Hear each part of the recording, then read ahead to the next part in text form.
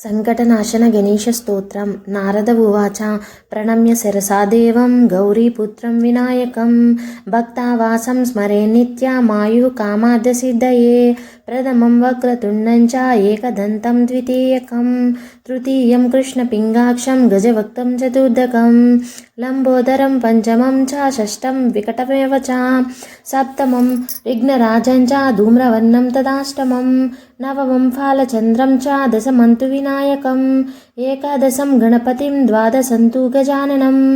ద్వాదశైతాని నామాని త్రిసంధ్యః పఠేన్నరః